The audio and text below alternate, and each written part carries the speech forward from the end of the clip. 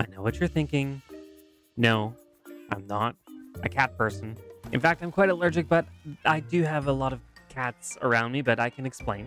Today, I am going to be building a cat powered creeper farm so that I can get lots and lots of gunpowder and use that to make rockets and TNT because you can never have too much TNT in your world, right?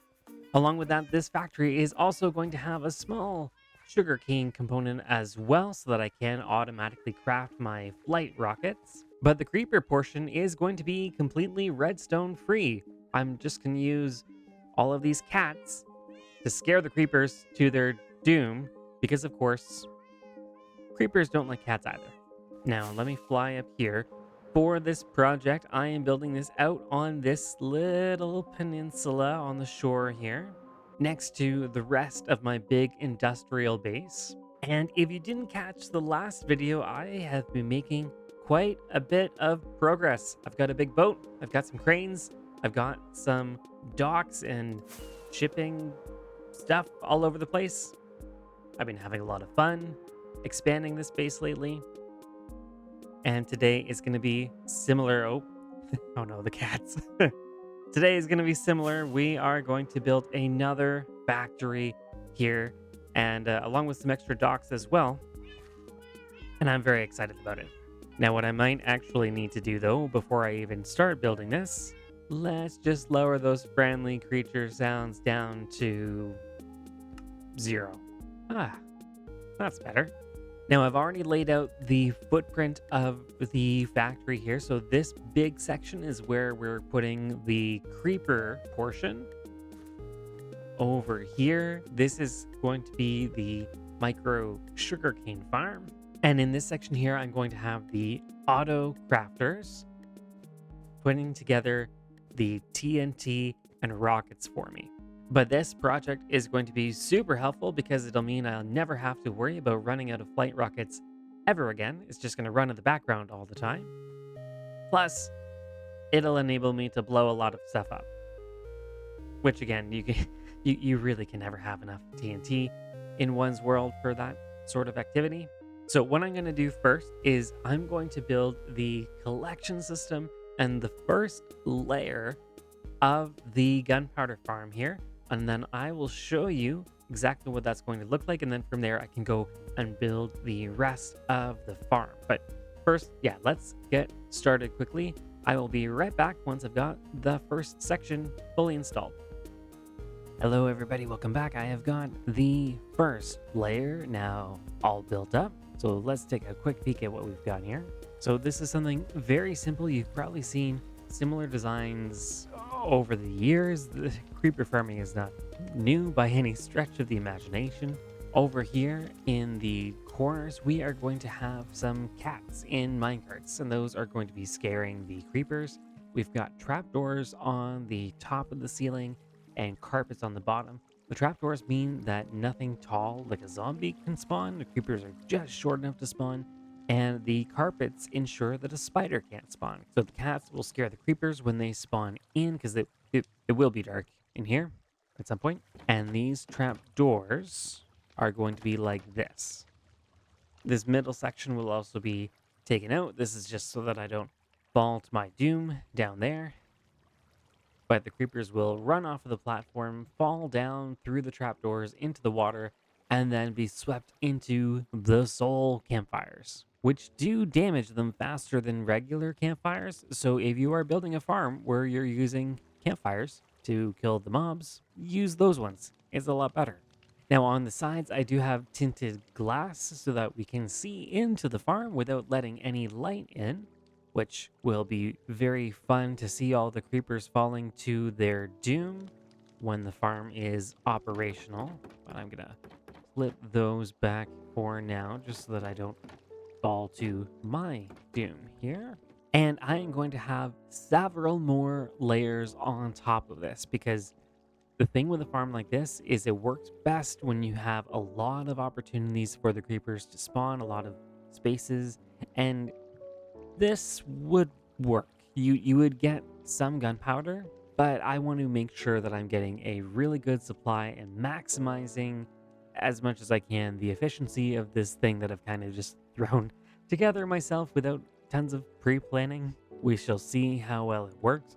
But the next step, of course, is going to be moving these cats into the farm and building up all of the other layers. Once that is done, I'm actually going to build a full exterior on this building. The stone blocks that you see here, those are not going to be the real exterior. I'll have an extra layer on top, but with some windows where you can still see into the farm through the tinted glass. I also, speaking of that, I like the fact that I've got the tinted glass all the way under here. So when walking underneath, you'll see those little creepers and their toes swept away to their doom and then collected in the chest here. And then once I have the exterior on the building, of course, the next part of that is going to be building the environment around, building up the docks.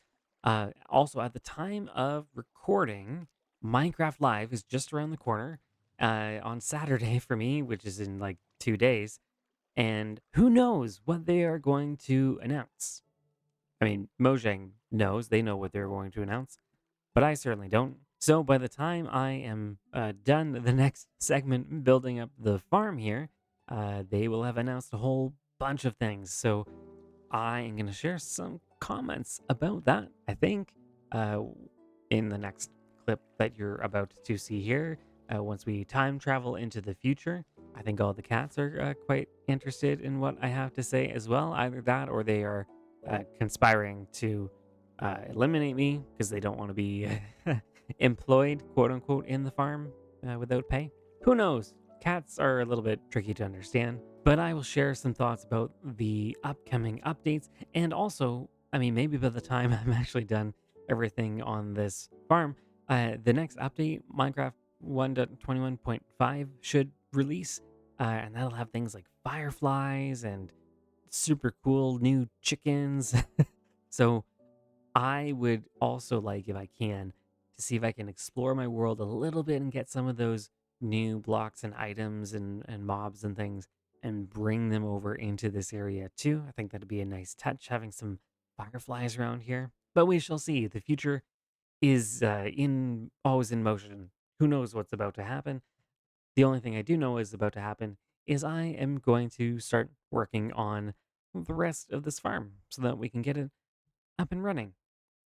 Be right back.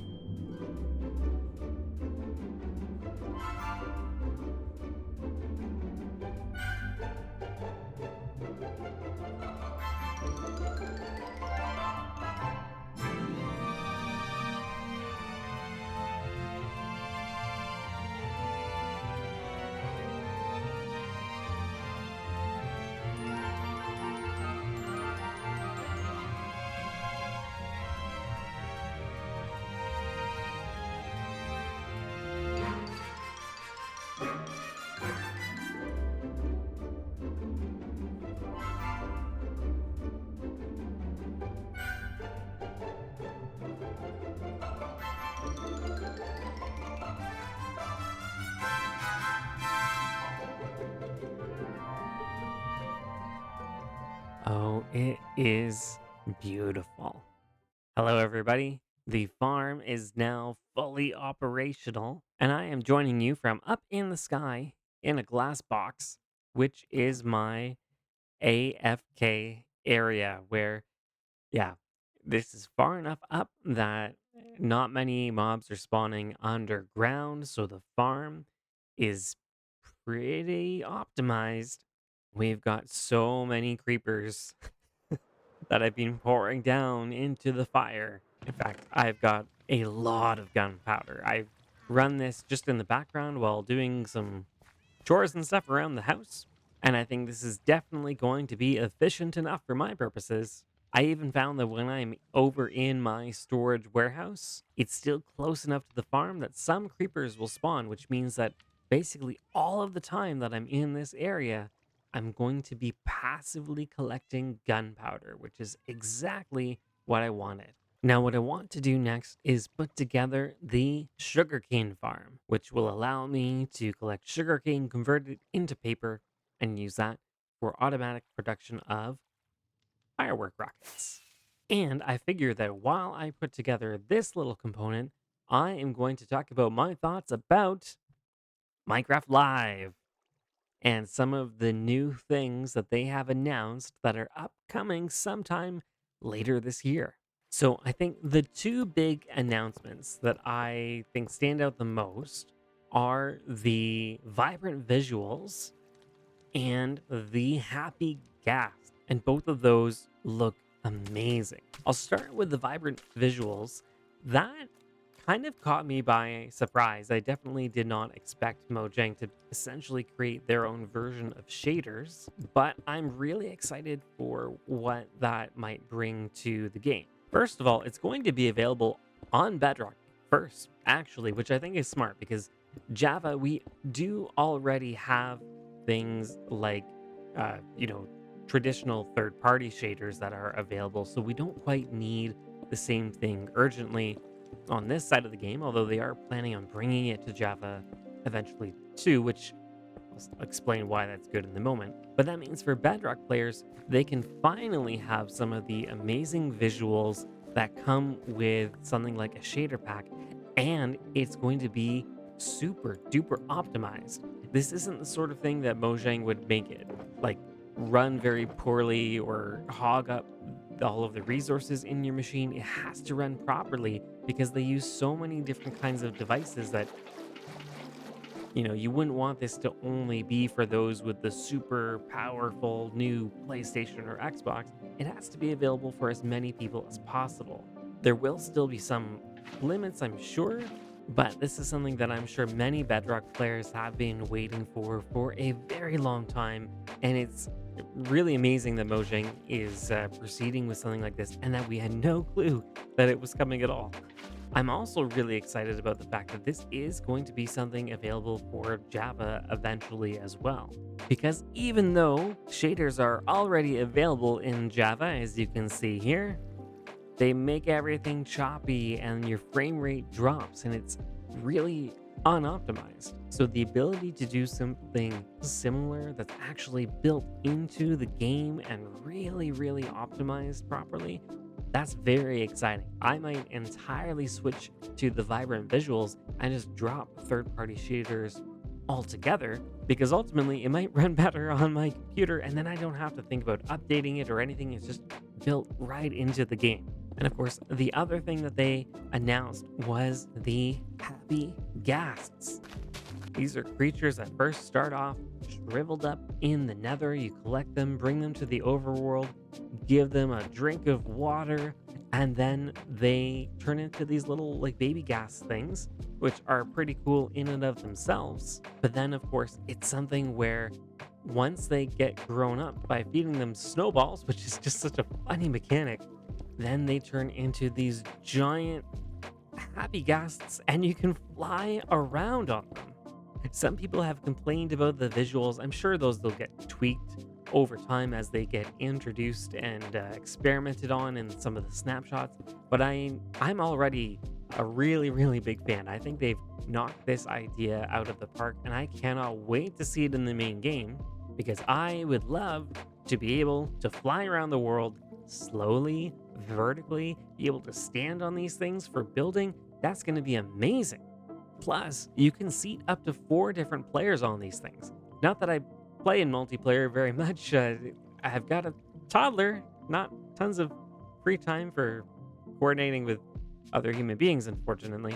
But sometime in the future, I might be able to play with others, and something like a happy gas, you team up with some of your friends, maybe you get a few of them, you even have half of your server flying around just like it's on a blimp or something. I also think it's going to fit so well with the industrial vibe of this base here.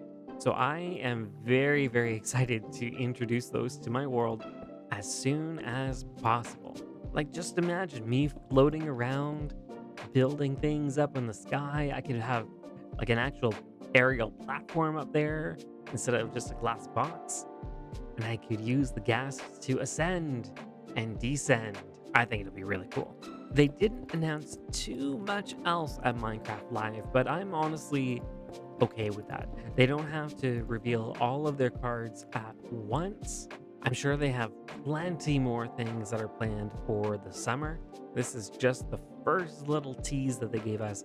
I think they've learned their lesson from some of the past Minecraft Lives where they announced everything all up front and maybe announced too much, got everyone's hopes up, and then people ended up being disappointed when it wasn't exactly what they had pictured in their head. Instead, they're now focusing on one or two things that they are basically ready to introduce in snapshots almost right away. And that way, there's no time for people to come up with all these preconceived notions about what it might be like. They could just play with it immediately. And it also leaves plenty of further surprises for the future, which makes the whole development cycle a lot more fun. So I'm very, very happy with the way that they've been handling things lately, of course. And I think we've got many, many, many, many more amazing updates in the future of this game. Okay, so I've got my sugarcane farm installed here. So this is going to be incredibly passive. It should only break the sugarcane when the ones in the middle come up in front of the observers, but that should honestly be enough. I don't need tons of paper. I do have a bit much bigger sugarcane farm back at my spawn base, so if I ever need more, I can always go there in AFK. This is just so that I can have a steady stream of rockets consistently so that I don't ever have to worry about running out of them because I like flying. Now, the next part of this is going to be changing the storage system that I'm using at the moment. Not the storage system in the warehouse, but the storage system right here. These chests are meant to be temporary. I want to take all of these items here and everything that eventually comes into here and feed that into the crafters. So I'll need a crafter converting the sugarcane into paper and then combining the paper into firework rockets, as well as a separate one where I can manually input sand, and then the sand and the gunpowder can be put together for TNT. Along with that, I wouldn't mind if some of the extra gunpowder just gets stored separately because you never know if it might get further uses down the line in the game. But in general, this is really meant to be for firework rockets and TNT almost exclusively. So I am going to put together the crafters. Those are a little bit trickier to do, so I'm just going to do that off camera. I can't fumble my way through redstone the same way I did with the sugarcane farm just there. So let me put those together. Maybe I'll put a floor at least on the inside of the building or something. Make it a little bit more presentable. Maybe I'll think about doing the docks out here if I need something to do between when I have time to record the next segment. But once I've got everything up and running, I'll bring you guys back in, and then we will talk through some of the design ideas I have for the outside of the building. We'll put that together, make it look nice. So, as per usual, be right back. Okay, progress update time. I have got the docks installed around the factory here. This is the same design that I have used way over on the other side with the main docks. These ones are obviously quite a bit smaller, but I think the design works well. Still have to add some decoration to it, but I'm glad that I've got these installed now. The other thing that I've got installed is all of the redstone and the crafters. So let's take a quick peek at what's going on here now. Instead of a chest here, when the creepers come down and die and the gunpowder is collected, that gets shot up through the pipe and over here. And this first section is where the gunpowder and the paper are put together to create firework rockets automatically just using this little setup here. Now, it's a little bit tricky to see, but essentially, once both barrels have contents in them, that's going to turn on these comparators, which turns off the redstone torches, and that then brings the observer up to here, sends pulses through, and crafts rockets. So I'm still waiting for quite a bit more sugarcane to come through and create more paper, but eventually this is going to start filling up and then bringing things in soon. And actually, you know what? Maybe to demonstrate, if I just fill in those slots here and then pop in some paper, you're going to see it's starting to craft rockets very, very, very quickly. um, and it should be okay because it's only got the two hoppers on both sides. So even if it ends up churning through, I mean, the only concern is it might take the sticks. But as long as it doesn't take the sticks, I should be okay. And just like that, it's pulsing, still creating the firework rockets for me at a crazy pace. I might actually just allow it to stop just like that. You can see we've still got plenty of gunpowder on the other side. And then, yeah, that's going to backfill back into the crafter here. So that works really well for the firework rockets. On this side, I've got the TNT.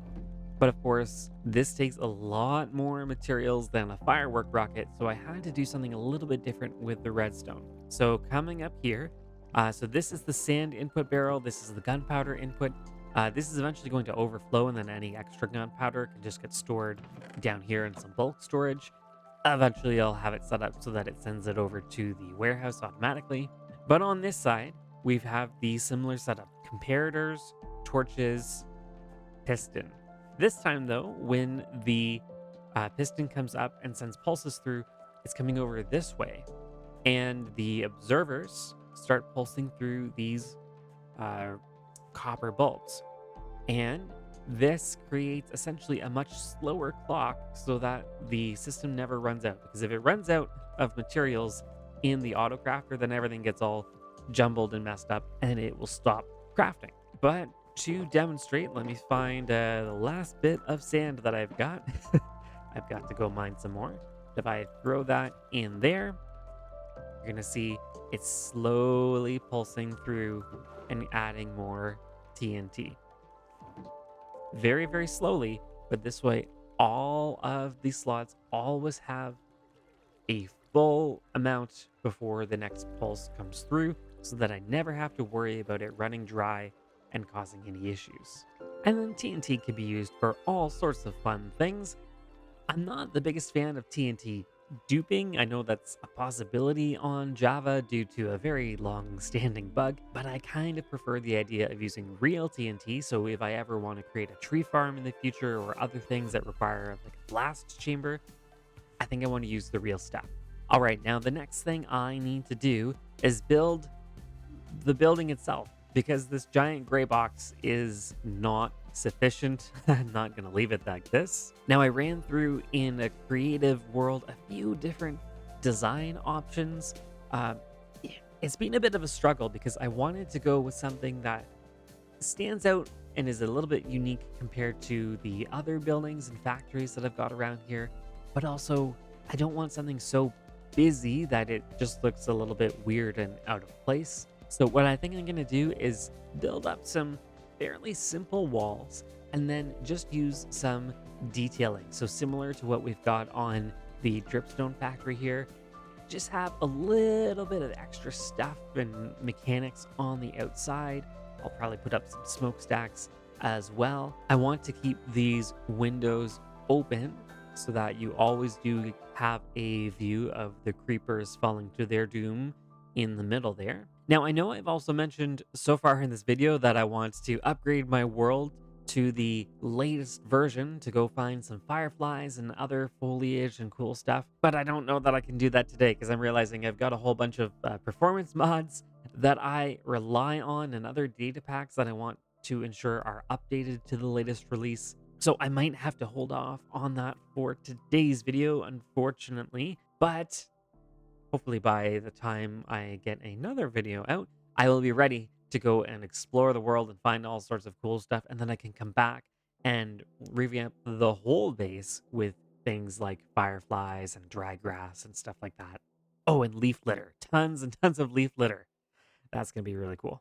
So let me get to work on the building here, and I'll bring you right back in once everything's all ready and complete. Be right back. Ladies and gentlemen, it's finally done. Through the magic of television, the gunpowder factory is now fully complete. And as always, I'm very happy with how this has turned out. I also managed to catch a cold between the last clip and now, so thankfully, whoever is still listening at this point is fully committed, so hopefully you don't mind the slightly nasally voice. Maybe it's more gravelly and interesting. Huh? Hey, editing Scooter, cut that part out. Please remember that. But let's take a closer look. First, I'll start on the docks over here. I've moved some of the extra cats over just to hang out. And then we've got little barrels of gunpowder, and this one's even spilled out. I think that's like a nice little touch here. I haven't gone as crazy with the docks as I have over in the main shipping area, but I figure this dock is going to be a little bit more sparse and empty and underutilized. So that's what I'm going with. I also changed out the stone to just plain deep slate. I think that kind of just gives it a bit of a different look. Here, if I jump into free cam a bit, it just changes the whole feel of the area, makes it a bit grungier, makes it fit with the colors of the building and the gunpowder theme. And then the building itself, we've got some big pipes on the side, different vents and uh, doohickeys and thingamabobs. Still maintaining, of course, that tinted glass window where you can see inside the farm itself. Now, coming up here, I've got some, what is it called? Is it a block of stripped bamboo? Yeah, that's what we've got. And I've put that here because, tell me if this reminds you of something. This looks just like TNT. It's got the little 16 square design. Even the ridges on here kind of fit. So I'd like to think in the story of this industrial base that it's bamboo that actually houses the TNT, and then they just paint it or dye it red or something. So it's got a little bamboo just as that added detail. I've also got some glazed cyan terracotta because it gives that little creeper face. Just another little touch signifying what the building is all about. Nothing much on the inside here. Nothing really at all has changed. One thing I will mention, this setup where I've got just the barrels here and the chest here, that is meant to be temporary. Eventually, I do want to have a system where I can automatically send the products of this farm out into the main storage warehouse, but time has gotten away from me, being, sick and having a little toddler who's also dealing with a cold. Not fun. So making the most of the time that I do have. I think I want to have a future video where I do a whole bunch of extra infrastructure for the base. So transporting the items over into there, building the bridge, along with a few other big improvements overall. On the side here, so like a lot of the bottom of the building, I've done this brick along with some cyan terracotta and the gray concrete powder for detailing. But on this side, I figured, you know what? I'm going to have these copper bulbs on the inside for the TNT mechanism. Why not just leave that open so I can show off some of the lights there? I've also got these access ladders where I can climb up to the roof here, all the way to the very top, which gives actually a pretty good view of the area. This is one of the taller buildings that I've done in my industrial base. I'm not sure if it's taller than the warehouse. It feels taller, but it also starts higher up. But here I've got some smokestacks, and I'm going to jump into free cam again just to give a better look. So nothing too crazy here, just the campfires at the top giving the smoke with hay bales underneath. I did slightly vary the height of these campfires. They're not all perfectly even, just so that the smoke kind of tapers off a little bit different on each of the 4 smokestacks there. And along the roofline, I've made use of some dark prismarine, and I am very excited to use more of this stuff. I have a very limited supply for now, but I think the color just fits so well with the whole design, and then the industrial base as a whole with all the copper and darker colors. It even fits with the spruce forest behind me. So I might have to figure out some way of getting my hands on a lot more of this stuff, but that's a whole other project for a whole other day. And I did even finish the back here too. I filled in some of the forest, added a few extra trees and the like. So overall, I'd say this has turned out pretty good. And now I have an essentially endless supply of gunpowder, which I can use for all sorts of industrial applications. Something I would like to do at some point is build a giant mine using TNT minecarts and just see how effective it is to build or dig a very big hole in a very short period of time with a lot of explosions. I think that would be pretty fun. But that is where I'm going to wrap things up for today, everyone. I still have to do a lot of work pumping stuff back into my storage system. This is a mess, and it's going to take a lot of time to filter all of these shulkers through. So if you're wondering where I am, I will be methodically going through these, filtering everything back into all the chests and barrels in here. But I hope you did enjoy the video. If so, please remember, hit the like button. That actually helps quite a bit. If you have any thoughts, of course, please feel free to comment down below. Let me know if there's future build projects you would like to see in the industrial area, certain resources you think that I should be collecting. Otherwise, I'm just going to do things like packed mud and wheat and boring things like that. So maybe suggest some more exciting ideas if you are invested in the series. And if you are invested in the series, maybe subscribe if you haven't. It's probably a good idea. At the time of recording, I'm actually over 250 subscribers. I almost have 4 full stacks. That's way more than maybe I ever thought that I would actually get. So to those who are subscribed, thank you so much. I really, really do appreciate it.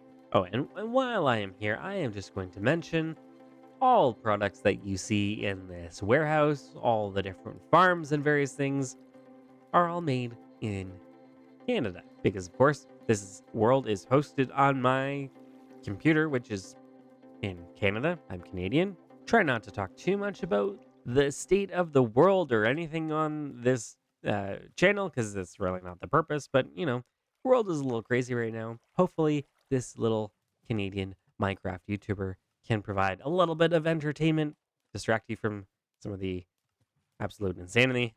But I hope you will join me for future videos full of wonderful Canadian content. And with that, I shall see you all later. Have a good day. Goodbye. Fare thee well.